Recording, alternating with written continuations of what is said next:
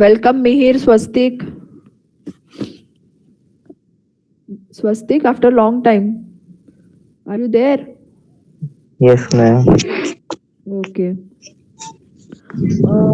So let's start with our chapter number 2. That is, we have completed data exploration. We have started data pre-processing, right?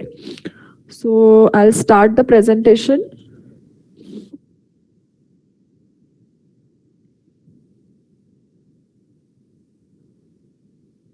What is data pre-processing means? Anyone? What do you mean by data pre-processing? Yes, student. Why we require data pre-processing?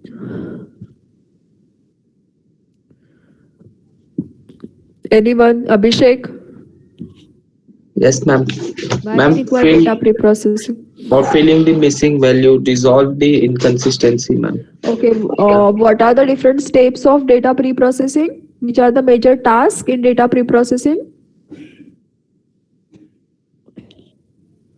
Which are the different major tasks in data pre-processing?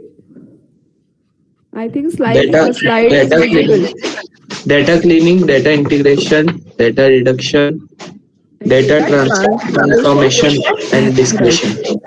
Right. So the slide is visible, all of you? Yes. Okay. So we have already learned what is data cleaning process, right? So what do you mean by data cleaning process? What do you mean by data cleaning process? Yes, student. What do you mean by data cleaning process? Which are the major tasks we have seen in data cleaning process? Which are the methods we have seen?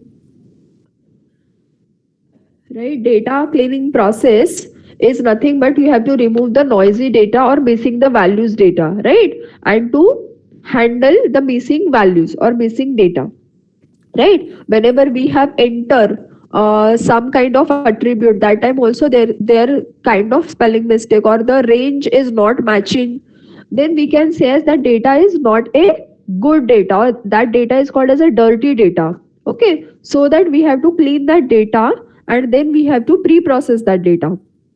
So we have to come to know that noisy data. So noisy data is nothing but there is some random error or variance while we have to measure the values. Okay, so that we have to remove their duplicate records, incomplete data. We have to fill it with their mean value or median value by using the different methods called as a binning method, right? हम लोगों ने binning method किया है, सबको समझ में आया binning method क्या है? ये स्टूडेंट बीनिंग मेथड समझ में आई है सबको? We have to do it by using two types, that is called as equal frequency and equal depth, right? So divide the your data into number of different frequencies or width. Okay, so first we have to sort the data and partition into equal frequency or called as a bins. Bins is nothing but the kind of bucket where we are actually storing the data, and then we have to smooth this data by using the bin means, smooth by bin median and smooth by bin boundaries, right? So this is the one method to handle the noisy data. Second is called as a regression, where we have to do the smoothing by fitting the data into the regression functions. There is linear regression, multiple regression. So there are some formulas we have to fit that into regression formula, and we have to check whether the values of that regression is smoothing or not, right? Then there is a clustering method is also there to detect and remove their outliers, the value which is not matching. We have to remove that. Then combine computer and human inspection. So after the human inspection, we have to come to know that if there is detect suspicious values or check by the human, we deal with the possible outliers, right? So this is nothing but the data cleaning process. Now second part, we are going for data integration process. What do you mean by data integration now? We have ETL process we have already learned in your data warehouse, right? Integration means what exactly? We have to combine the data. we have to combine data from the multiple sources. Why we have to combine the data? Because in data warehouse we are storing the data into the huge amount of forms, right? So whenever we have to combine the data, there are the different heterogeneity of the database. So whenever we have to work into the single platform, that time what we have to do, we have to combine that data into one single platform. Otherwise, while retrieving a query, it is most difficult problem, जो हम लोगों ने already we have learned in your data warehouse time and ETL time. So that is called as data integration. After you are removing their error, cleaning your data in pre-processing method, then second step you have to perform the data integration. That is, you have to combine data from multiple sources into one coherent store, one platform, right? So there is a schema integration. What do you mean by schema integration? That is example, suppose in one table, or you can say one tuple, it will says as customer a dot customer id, customer dash id ऐसे mention किया है, okay. And in second table it will give, suppose the B table है, उसमें दिया है कस्ट. Okay, so while we are having merging this, that time it will create a problem. Why? Because the both name initialization are different. Schema integration ke time it will give you the major problem. So that at this time we have to integrate metadata from different sources and we have to come into the single platform. क्योंकि जब हम दो tables को merge करेंगे, that time उसका नाम भी अलग रहेगा, तो it will create a problem. So we have to do it on the single platform कि customer ID जो है और दूसरे table का cust जो define किया, whether it is similar or not, that they have to check while integration time. Okay, so after this can be integrate metadata from different sources. You are getting my point? What is data integration means? Yes, student. Hello, सबको समझ में आ रहा है? Yes, ma'am. Hello. So entity identification problem will also give you problem. You have to find the particular entity. If it is having the similar name or similar name ka entity hai, they will also create a problem while you have to identify into the real world entity from the multiple data sources. क्योंकि customer नाम का table बहुत सारे entity का हो सकता है, right? So that we have to integrate into the one platform. We have to check whether this is the which type of entity and what is the difference, or whether they are the similar table or not. Okay, that is the entity identification problem will also occur. Then detecting and resolving the data value conflicts. Why it is detecting and resolving data value conflicts? Because sometimes the whatever the measures are applying for particular attributes that are different. So for the same real world entity, attribute values from different sources are different. जैसे कि मैंने बोला आपको कि if I want to measure a temperature, okay, so एक जगह पे एक फॉर्म ने उसको मेजर किया है इन फ़ारेनहाइट फॉर्म एंड एक जगह पे उसको मेजर किया है same as a centigrade form. So what happening is their values में क्या होगा, डिफर हो जाएगा. बिकॉज उनका क्या है, एट्रीब्यूट वैल्यूज जो है वो डिफरेंट सोर्सेज में डिफरेंट तरीके से मेजर किया जा सकता है, right. So that time what will happening कि this kind we have to resolve such a kind of conflict. Okay, कि सिमिलर है मेजरमेंट बट उसको फॉर्मूलाज अलग अप्लाई किया.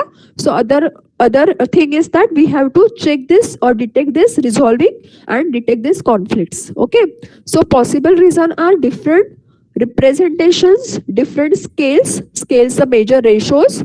Example, metric versus British metric, British unit. Okay, किसी में dollar sold होता है, किसी में रुपीज होते हैं, किसी में डिफरेंट मेजर्स है, right. So this measure should be come into the one single form. Okay, otherwise it is giving the problem while we have to fire the queries.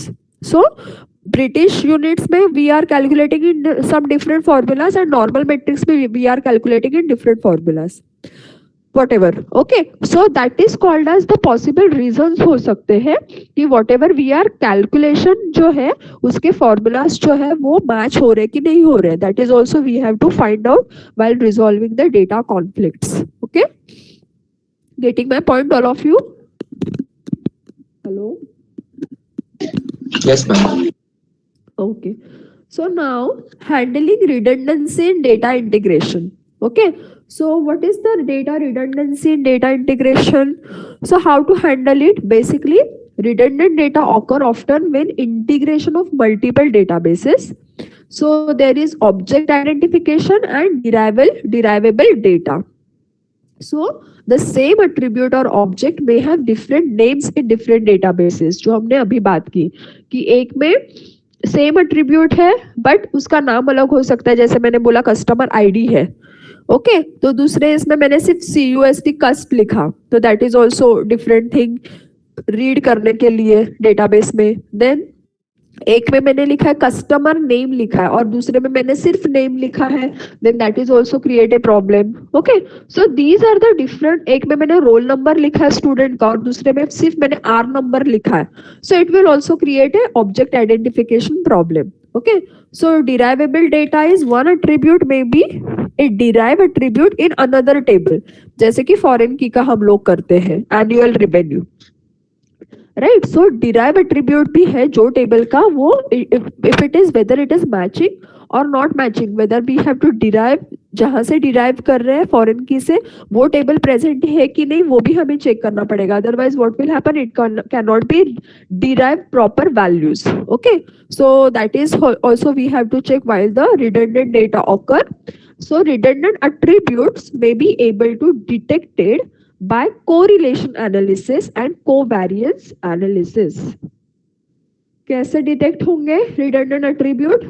Keep into mind this. कैसे होंगे detect? By using correlation analysis and covariance analysis, जो मैंने red में किया है. Okay, so careful integration of the data from multiple sources may help to reduce or avoid redundancies and inconsistencies and improve meaning, speed and quality. So while if you have to retrieve the query much faster, right जैसे कि आप लोगों ने कुछ query डाली Google पे और Google ने बहुत टाइम लगा दिया आंसर करने के लिए, then what will happen, you will loss the interest कि अरे गूगल जल्दी क्वेरी का आंसर नहीं दे रहा है. सो क्वेरी फायर जो इंजन रहता है उसको जल्दी आंसर करने के लिए हमें क्या चाहिए, it should be A proper integration form होना चाहिए. बिकॉज गूगल में भी बहुत सारा डेटा सेव है, उसके इंजन पे बहुत सारा डेटा बहुत सारी फाइल से रिट्राइव होता है whenever we will fire the query.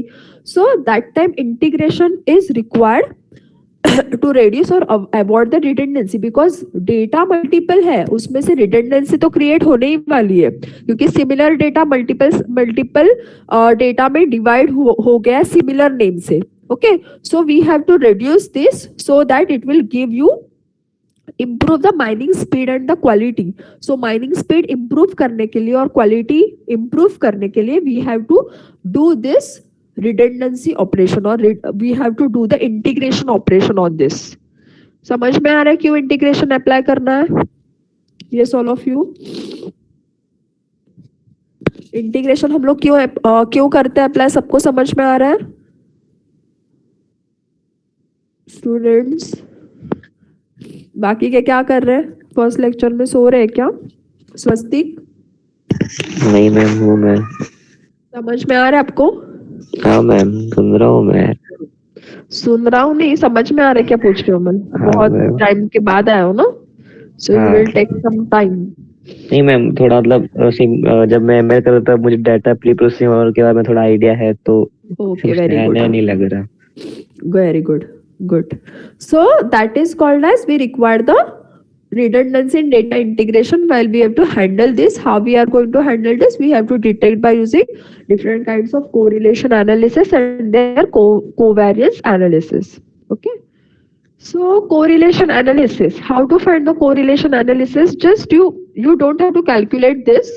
आपके लिए ये calculations नहीं है, जहाँ पे है मैं आपको बोलती हूँ दिखने के लिए. But you have to know that कि how to calculate the correlation analysis. Okay. तो correlation analysis for nominal data के लिए how it is going to find, that is it is denoted by x square or it is called as a chi-square test. So what is chi-square test? It will give by summation of observed value minus expected value square divided by expected value. Okay, so by using this formula, we have to find the larger the x square value, the more likely the variables are related. So after finding this correlation, we have to come to know that if the value is larger, then we can say that the variables are very much likely to be related to each other.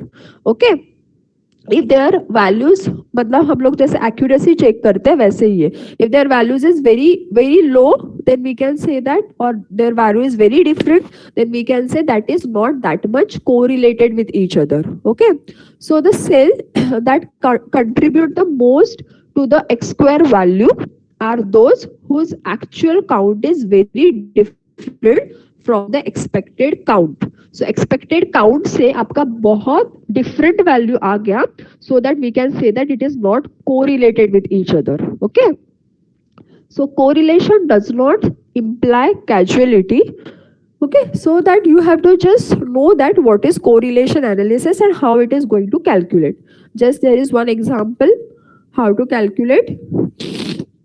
There is giving that chi-square calculation is number in parentheses are expected count and counts calculated based on the data distribution in the two categories. So it here giving that play chess, not play chess. So we have to find out whether it is correlated with each other like science fiction and not like science fiction.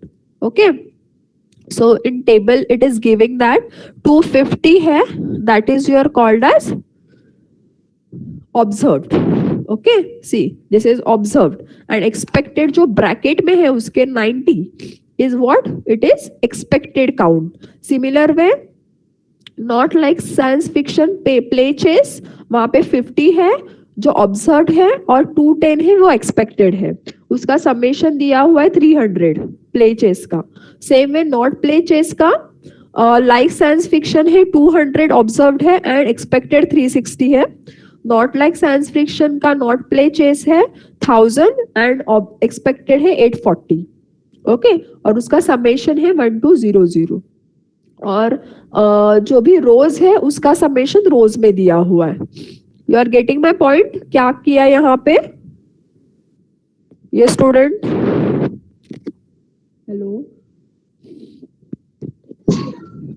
समझ में आ रहा है सबको? Yes, You ma'am. have to just think logically. Calculation इसके ऊपर नहीं पूछते हैं एग्जाम में, बट आपको पता होना चाहिए कि एग्जैक्टली क्या करते कोरिलेशन फाइंड करने के लिए. So we require the expect observed value and expected value to count the x square value. So here formula check out x square is equal to 250 minus 90 because 250 is my observed value minus expected value. See here formula is given observed minus expected का square है. So observed मेरी 250 है and expected 90 है तो उसका square किया है divided by क्या है expected. So expected मेरी 90 है यहाँ पे. Same way 50 minus 210 square divided by 210 ऐसे पूरा निकाला है तो एक्स स्क्वायर की वैल्यू मिली है 507.93. Okay, so it shows that like science fiction and play chess are correlated in the group. समझ में आ रहा है क्या क्यों ऐसे आया है? क्योंकि 507 किसके पास है ये स्टूडेंट? समझ में आ रहा है क्या आपको? मैम परत सांगा ना. लिसन, क्या है कोरिलेशन? यहाँ पे जब हम लोग इंटीग्रेट करते हैं that time we have to check what is their observed value and expected value. So in this table they have given you the expected value as well as observed value. So while we are like science fiction जो दिया है not like science fiction, in that time we have to check whether we can play chess or not play chess. तो वहां पे उसका summation दिया हुआ है कि समेशन है रोज का 450 है, नॉट लाइक का 1050 है. सेम वे कॉलम का भी आपको समेशन दिया हुआ है 300 है एंड नॉट प्ले का 1200 है, राइट?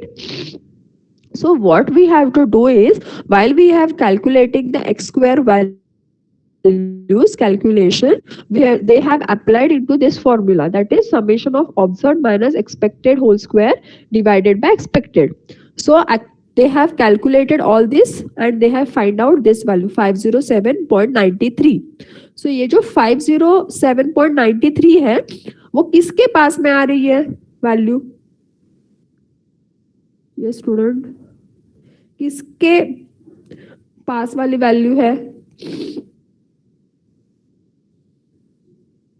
हेलो, कुछ समझ में आ रहा है क्या? Yes all of you. Abhishek, Imtiaz is not there today. Yes ma'am. क्या समझ में आ रहा है आपको कुछ? हाँ मैम, समझ गए. क्या समझ में आया बताओ मैम. वो जो है अपना ऑब्जर्व माइनस ये कर रहे हैं एक्सपेक्टेड. बट उसका जो एक्स स्क्वायर मिला है उसको आप किसके साथ कोरिलेट करोगे? कोरिलेट करोगे. किसके साथ कोरिलेट करोगे? हम लोग कोरिलेशन एनालिसिस कर रहे हैं ना यहाँ पे. स्वस्तिक बताओ. स्वस्तिक ने किया है ना एमएल का? स्वस्तिक. हाँ मैम. बताओ किसके साथ हम लोग कोरिलेट करेंगे? मुझे दो कैटेगरीज है हमारे. हम सब कोरिलेट करके चीज करके वैल्यू फाइंड करेंगे. हाँ. जिससे हमें मालूम पड़ेगा कि अगर कोरिलेटेड है कि नहीं वो ग्रुप में. हाँ, तो कैसे पता चलेगा वेदर इट इज कोरिलेटेड और नॉट? मैम जो वैल्यू आएगा. हाँ, वो किसके साथ हम लोग कोरिलेट करेंगे? सी उसका समेशन देखो. समेशन क्या है? Like science friction and play chess और नॉट प्ले चेस, उसका जो भी समेशन है 450 है, राइट? और नॉट लाइक साइंस फ्रिक्शन का है 1050 है, राइट? तो ये जो 507 है वो किसके पास में आ रही है value? Like science friction and play chess के कोरिलेशन में दिख रही है ना. Most probably it is convenient to 507. दिख रही है क्या आपको? So we have to find, it shows that like science fiction and play chess are correlated in the group. मतलब we can check whether they are coming to the similar group or not similar group. Okay, so we have to analyze this by using the chi-square calculation. So they have come to know that कि these are the analysis and then correlation analysis we have to find. So correlation analysis है वो numerical data के ऊपर होता है. ये किसके ऊपर होता है? What do you mean by nominal data? What do you mean by nominal data? Nominal attribute पढ़ा है ना आप लोगों ने? Yes student. You have learned nominal data, nominal attribute. Nominal मतलब, अरे बताओ जल्दी जल्दी. Nominal मतलब it is a kind of attribute. Nominal, ordinal, numerical. Nominal मतलब, अरे भूल गए क्या सब लोग? समझ में आ रहा है कि नहीं आ रहा है? मुझे बताओ फिर से. Aditya, Apurva. Ma'am voice is audible all of you? Yes ma'am. हाँ, आदित्य, अपूर्वा बोलो. What do you mean by nominal attribute और नॉमिनल डेटा? सिंबल्स रहते हैं मैम कुछ थिंग्स. हाँ? के सिंबल्स रहते हैं कुछ थिंग्स. सिंबल्स नहीं है, नॉमिनल एट्रीब्यूट पूछ रहे हो मैं. Like pin code and gender. Pin code and gender? Pin code कैसे आएगा नॉमिनल? रहते वैल्यूज, सिर्फ डिस्क्रिप्शन रहता है. डिस्क्रिप्शन रहता है, राइट. नेमिंग वैल्यूज है, राइट. सो नेमिंग वैल्यूज है, उसको हम लोग बोलते हैं नॉमिनल डेटा बोलते हैं. वहां पे कुछ ऑर्डर नहीं रहती है वो डेटा की.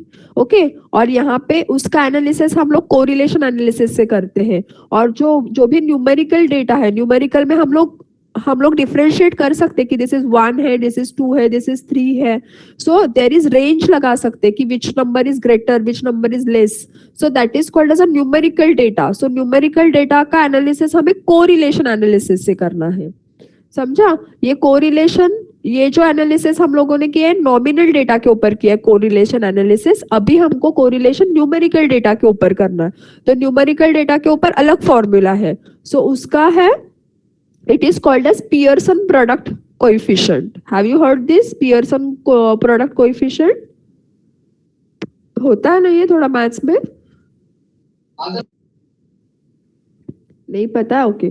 सो कोरिलेशन कोएफिशिएंट जो बोलते हैं उसका फॉर्मूला हम लोग ये अप्लाई करते हैं फॉर नंबर्स के लिए. So whenever n is the number of tuples, then we have to find out a bar and b bar. What is a bar and b bar? A bar and B bar, bar किसके लिए लगाते हैं? जैसे x बार हम लोगों ने पढ़ा था स्टैंडर्ड डेविएशन में. तो बार मतलब क्या होता है? Mean value. याद है ना सबको? Yes ma'am. हाँ. सो नंबर ऑफ टपल्स जो है उसका A bar and B bar are the respective mean of the A and B का. सो ए एंड बी का जो भी मीन होगा that is called as A bar and B bar. Okay. And that is your standard deviation of A and standard deviation of B are the respective standard deviation, that is sigma A and sigma B. उसका standard deviation होता है. Now you people know that how to calculate the standard deviation, right? So and then summation of A of I, B of I is the sum of the AB cross product. So this is normal. You don't have to that much remember. Just you have to come to know that आपको पता चलने के लिए दिया है कि कैसे वो कैलकुलेट करते हैं. So if R A comma B is greater than 0, R is nothing but the relation. If relation of A and B is greater than 0 है, then A and B are positively correlated माना जाता है उसको. That is as value increased by as a B's. मतलब क्या होता है? हम लोग यहाँ पे लीनियर इक्वेशन फाइंड करते हैं. लीनियर इक्वेशन सबको पता है. लीनियर इक्वेशन आप लोगों ने मैथ्स में किया है, लाइन लीनियर इक्वेशन. ओके. सो लीनियर इक्वेशन मतलब क्या? जैसे कि ए वैल्यूज इंक्रीज होती जाती है तो बी के ऊपर भी इफेक्ट होता जाता है, बी भी ऑल्सो इंक्रीज होता जाता है. Okay. So that is called as they are positively correlate. Okay. So the higher, if they are higher, they are strongly correlated with each other. And when we will say that relation A and B is equal to 0 independent, then it is called as a independent है. and if relation AB is less than 0 है, then they are called as negatively correlated. समझ में आ रहा है क्या? Hello hello, समझ में आ रहा है आपको सबको? if greater है रिलेशन की वैल्यू 0 से तो we can say that it is positively correlated. If it is equal है to 0, then we can say as they are independent variables. And if they are less value है relation की, less than 0 है, then we can say it is a negatively correlated. Okay? Okay ma'am. हाँ. Just you have to keep this into mind how they are finding out or calculating the correlation analysis. Okay? Yes ma'am. हाँ. Then so it is called as Pearson product coefficient. Just keep into mind that कि हम लोग correlation numerical data का निकालते हैं तब Pearson product से निकालते हैं. Their formula is different. And when हम लोग nominal का निकालते हैं तो हम लोग x square से find out करते हैं, उसको बोलते हैं chi square. Okay? So this is the visually evaluating correlation. So these are the visual representation है, scatter plot drawing है. So similarity है from -1 to 1. ये आपको अभी इतना पूरा नहीं पता चलेगा क्या उन्होंने scatter plot draw किया है. Just go to the correlation viewed as a linear relationship. मैंने बोला था आपको linear relationship. Just I will show you. Don't go in detail form. That is more detail. Okay. So just you have to keep into mind data pre-processing में integration part मतलब क्या करते हैं? तो integration मतलब क्या करते हैं हम लोग? जो भी different heterogeneity है वो हम लोग integrate करते हैं into one form. One form में उसको इंटीग्रेट करते हैं, उसके लिए हमें उसका कोरिलेशन पहले चेक करना पड़ता है वेदर इट इज मैचिंग और नॉट। तो कोरिलेशन हम लोग कैसे चेक करेंगे? By the different formulas. If it nominal attribute है तो हम लोग एक्स स्क्वायर मेथड से करेंगे, if it is number attribute है तो हम लोग कौन से मेथड से करेंगे? पियर्सन मेथड से। समझ में आया सबको? इंटीग्रेशन में क्या करते हैं? हेलो चांदनी? Yes ma'am. हाँ, क्योंकि हम लोगों को इंटीग्रेट करना है ना, इंटीग्रेट करने के लिए वो कैसे इंटीग्रेट करेंगे? तो उसका हम लोग वैल्यू फाइंड करेंगे कि वेदर नंबर उसका मैच हो रहा है कि नहीं और पास में आ रहा है कि नहीं, पॉजिटिव है कि नहीं। तो हम लोग सोचेंगे कि वो उसका कोरिलेशन जो एनालिसिस है वो पॉजिटिव है, नहीं है बहुत दूर जा रहा है और इंडिपेंडेंट जा रहा है, इक्वल टू 0 आ रहा है, मतलब वो इंडिपेंडेंट वेरिएबल है, वो मैच नहीं हो सकते, तो हम लोग उसको इंटीग्रेट नहीं कर सकते वो टपल्स को। Getting my point? Pinkesh? Yes ma'am. हाँ, तो इंटीग्रेशन के टाइम जब हम लोग कुछ भी टपल्स एक दूसरे के साथ अटैच करते हैं, दैट टाइम हमें उसका कोरिलेशन पहले चेक करना पड़ता है कि हम लोग अटैच कर सकते कि नहीं कर सकते। हम लोग सिर्फ देख के नहीं बोल सकते कि दिस टपल्स आर सिमिलर और this tuple are not similar. Getting my point? Yes ma'am. हाँ, Yes, उसका ma'am. हमें कुछ तो कैलकुलेशन करके देखना पड़ेगा कि उसके वैल्यू मैचेस आ रहे कि नहीं आ रहे, दैट टाइम मुझे, क्योंकि जो भी टूल्स ऑपरेशन करेगा वो देख के ऑपरेशन नहीं करेगा, वो सब स्टैटिस्टिक के ऊपर ऑपरेशन करेगा।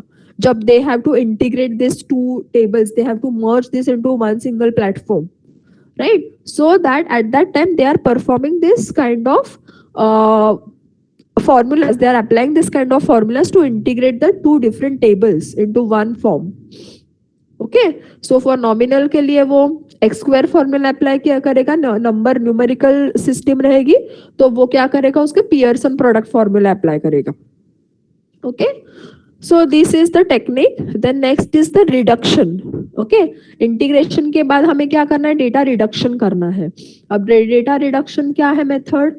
कि whatever we have obtained we have to reduce, or we have to reduce this representation of data set that is much smaller in volume. क्यों करना है हमें रिडक्शन? बिकॉज हमारा डेटा जो है वो बहुत पीटाबाइट और टेराबाइट में डेटा अवेलेबल है। इतना डेटा हम लोगों ने स्टोर करना चाहा तो उसके लिए क्या लगेगा? बहुत डेटा वेयर हाउसेस लगेंगे, which is not affordable for each company. Okay, तो हमें डेटा को जो है उसको रिडक्शन फॉर्म में करके रखना पड़ेगा, उसको सम फॉर्म में हमें बाद में ट्रांसफॉर्म करना पड़ेगा। सो रिडक्शन क्या करेगा? We have to data set को रिड्यूस करके स्मॉल वॉल्यूम में रखना है हम लोगों को। ओके, दैट इज हम लोग zip फोल्डर बनाते हैं। What is the purpose of making zip folder? zip folder के बाद yes all of you, file compress extra किया तो आपको पूरा डेटा मिलता है क्या? हाँ, आधा डेटा मिलता है, पूरा डेटा मिलता है ना, लेकिन उसको हम उसकी फाइल रिड्यूस करके रखते हैं, उसकी साइज कम करते हैं हम लोग। तो सेम ऑपरेशन रिडक्शन में होता है। So why we require the reduction? A database or data warehouse may store terabytes of data or petabytes of data. So complex data analysis may take a very long time to run on the complete data set. जब हमने query fire की और उसका data set बहुत बड़ा रहेगा तो उसको उतना processing उसका क्या होता जाएगा? slow होता जाएगा। Okay, so that for complex data analysis it will take much longer time to analysis purpose or fire the query. जब query fire की तो उसका output बहुत slow time से मिलेगा, तो इसके लिए हमें डेटा रिडक्शन फॉर्म में रखना पड़ेगा so that ऑपरेशन प्रोसेस जो है वो वेरी फास्ट हो सके। Okay, so there are the strategies क्या है? डायमेंशनलिटी रिडक्शन है, which can be remove the unimportant attributes, जो important attributes नहीं है, जहाँ पे ज्यादा डेटा फिल नहीं है, वो क्या करेंगे? वो रिमूव कर देगा so that their size can be reduced. Okay, so these are the Volvet transform, principal component analysis are the different kinds of algorithms are available for dimensionality reduction, which is not in your syllabus. Just you have to come to know that कि क्या क्या होते हैं। Then numerosity reduction है। numerosity reduction मतलब some simply call है that is data reduction के लिए, वहाँ पर भी different algorithms use होते हैं, what is called as regression, long linear models, histogram or clustering, sampling, data cube aggregations. These are not in detail in your syllabus, just you come to know that कि reduction strategies क्या है, and data compression. Okay, then just go through overthink कि क्या होता है data dimensionality reduction. So वहाँ पे क्या है, when dimensionality increases, data become increasing. Okay, so density and distance between the point which is critical to clustering, outlier analysis become less meaningful, so that we have to reduce their dimensionality. Okay, so possible combination of subspaces will grow exponentially, or dimensionality reduction is which can avoid the cures of dimensionality. जो भी dimensions है वो increased हो गए तो naturally data points भी increased होने वाले हैं, उसका data जो है वो हमें grouping करने के लिए it is very tedious task है, so that we have to reduce the dimensionality. Okay, so these are the reduction techniques है, algorithms है उसके different. न्यूमरोसिटी रिडक्शन क्या करता है, reduce the data volume को reduce करता है by choosing the alternative or smaller form of the data representation. उसके लिए भी पैरामेट्रिक मेथड्स है, रिग्रेशन मेथड्स बोलते हैं. सो नॉन पैरामेट्रिक मेथड्स है, उसमें do not assume the models, और it can be use by histogram, clustering और sampling techniques. Just you should know what is data reduction means and उसके methods क्या है, उसकी स्ट्रेटेजी क्या है. और रिग्रेशन एनालिसिस मतलब क्या है कि लाइन देयर आर मल्टीपल, मैंने बोला लीनियर रिग्रेशंस है, मल्टीपल रिग्रेशन है, लॉन्ग लीनियर रिग्रेशन है. सो रिग्रेशन आपको बेसिकली क्या करता है, data model to fit a straight line. Okay, जैसे कि ये वाला डायग्राम है, आप लाइन रिग्रेशन फाइंड करते हो ना, स्लोप फाइंड करते हो ना, पता है ना ये formula y is equal to x plus 1.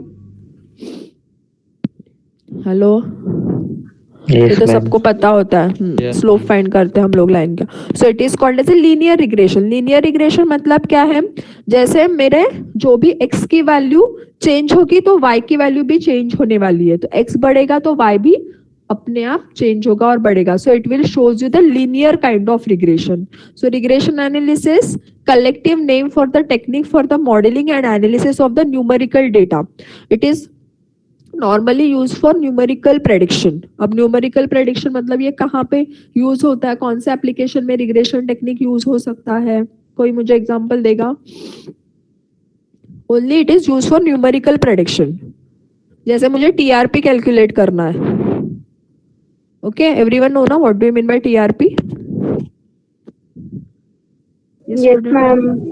हाँ, TRP कैलकुलेट करना है, चैनल्स के TRP आते हैं ना, that is comes under the regression की कौन से टाइम में मैंने कौन से सीरियल दिखाई तो उसका मेरा TRP बढ़ने वाला है. So it is a numerical analysis, regression analysis.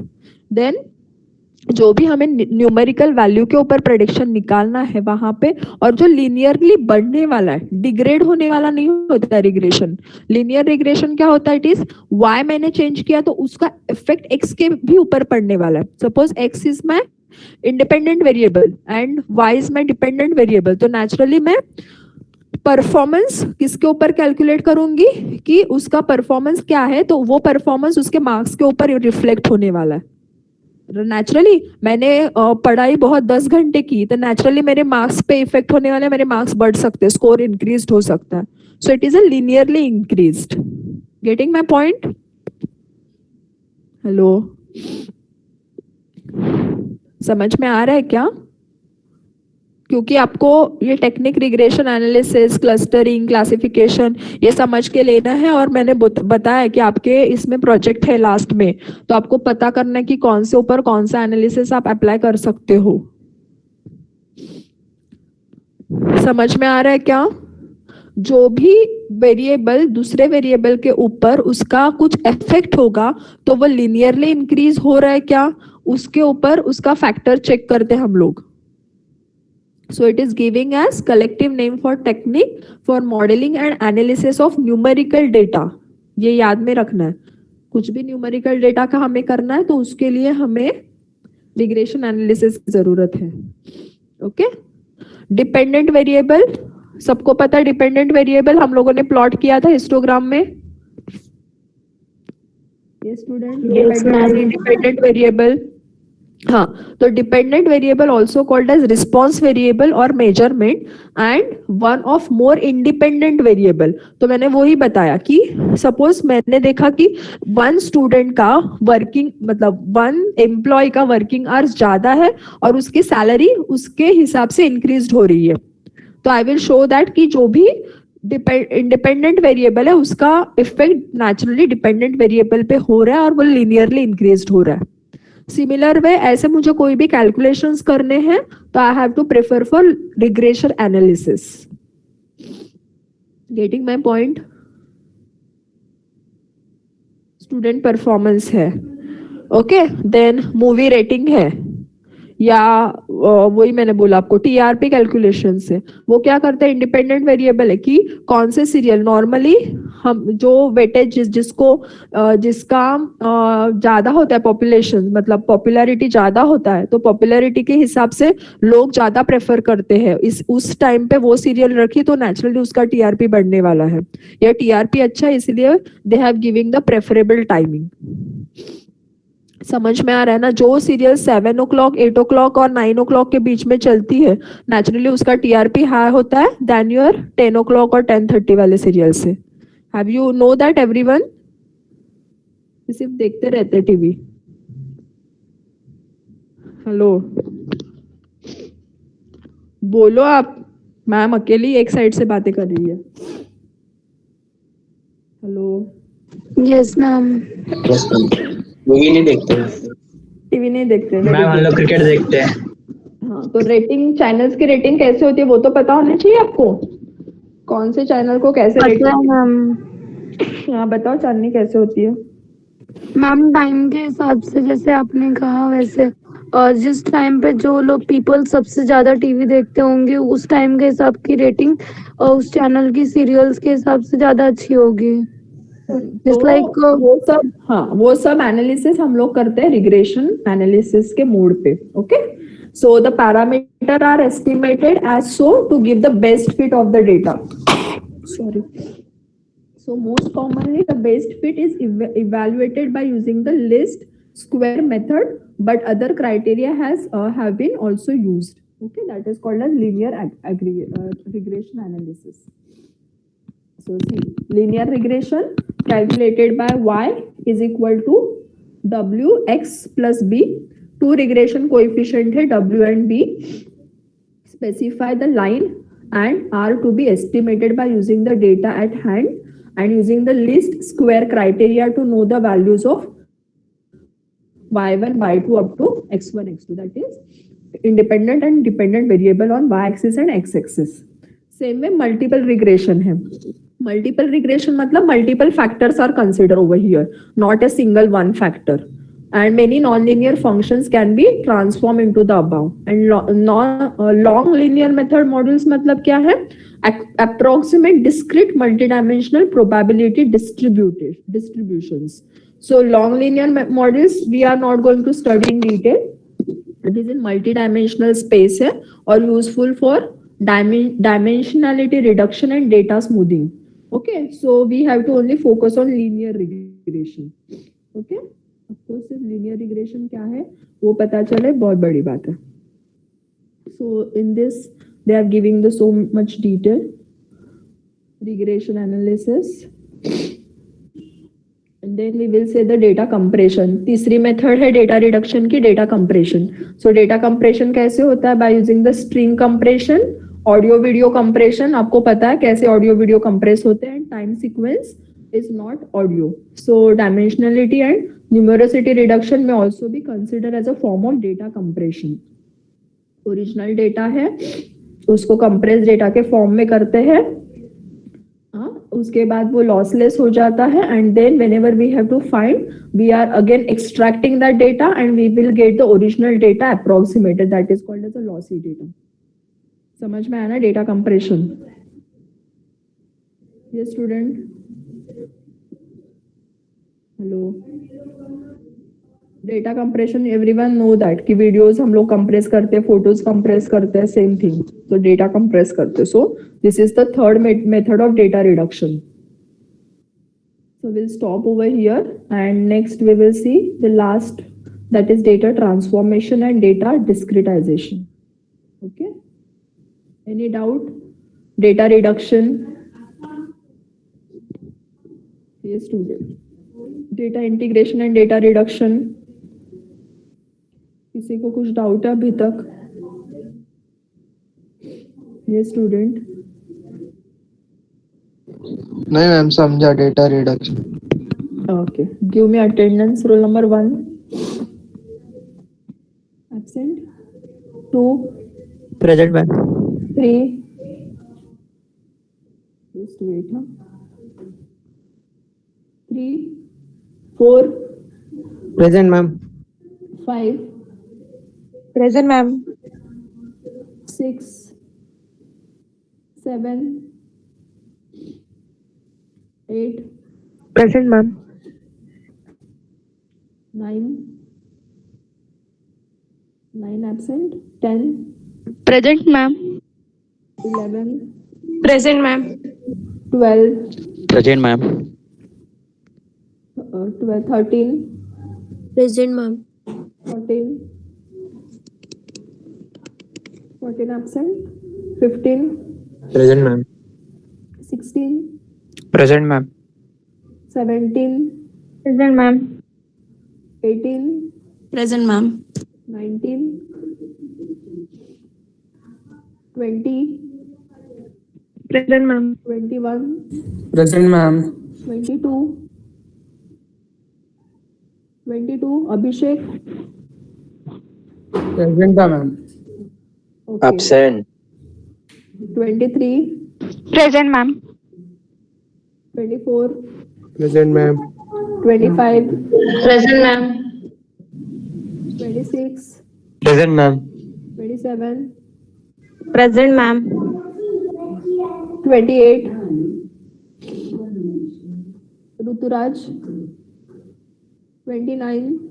Present ma'am. Ma'am 22 present ma'am. Who is 20? Ma'am, 20. Abhishek. कहाँ चले गए थे? 29. Yeah, okay. 30. 20. हाँ हाँ. Present ma'am. Okay.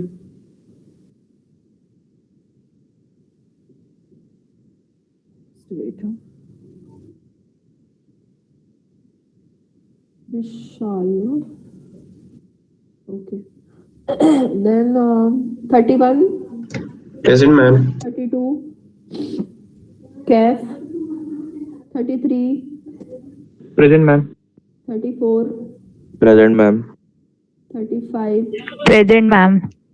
36. Present ma'am. 37. Present ma'am. 38. Present, ma'am. 39. Present ma'am. 40. Harshal. Karuna. Present ma'am. Mihir. Present ma'am. Pinkesh. Present ma'am. Nadeem. Present ma'am. Shivam. Present ma'am. Chandni. Present ma'am. Sohail. Present. Dheeraj. Absent. Dheeraj के बाद कौन है? Priyank. Priyank absent. Srishti. Present ma'am. Sahil. Present ma'am. Snehal. Present ma'am. Amey Patil. Present, ma'am. Apoorva. Present ma'am. Bhavesh. Present ma'am. Ritika. Present ma'am. Saili. Present ma'am. Shubham. Present ma'am. Siddhant. Present ma'am. Vishal. Present ma'am. Swastik. Present ma'am. Gaurav. Harshal, present ma'am. Palak, present ma'am. Ashish, Rohan, present ma'am. Ashish not there.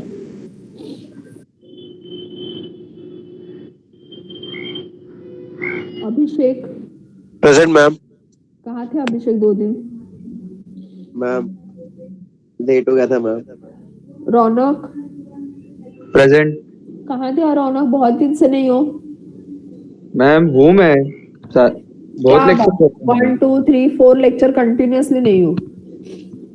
Rahul, बैठा तो था मैं। तो attendance नहीं दी है। Rahul, Sharayu, present ma'am. Tabish, present ma'am. Pranesh, Priyanka, present ma'am. Okay, Ashish, present ma'am. Narayan present ma'am. And Rishikesh. Present ma'am. Okay, you can leave all of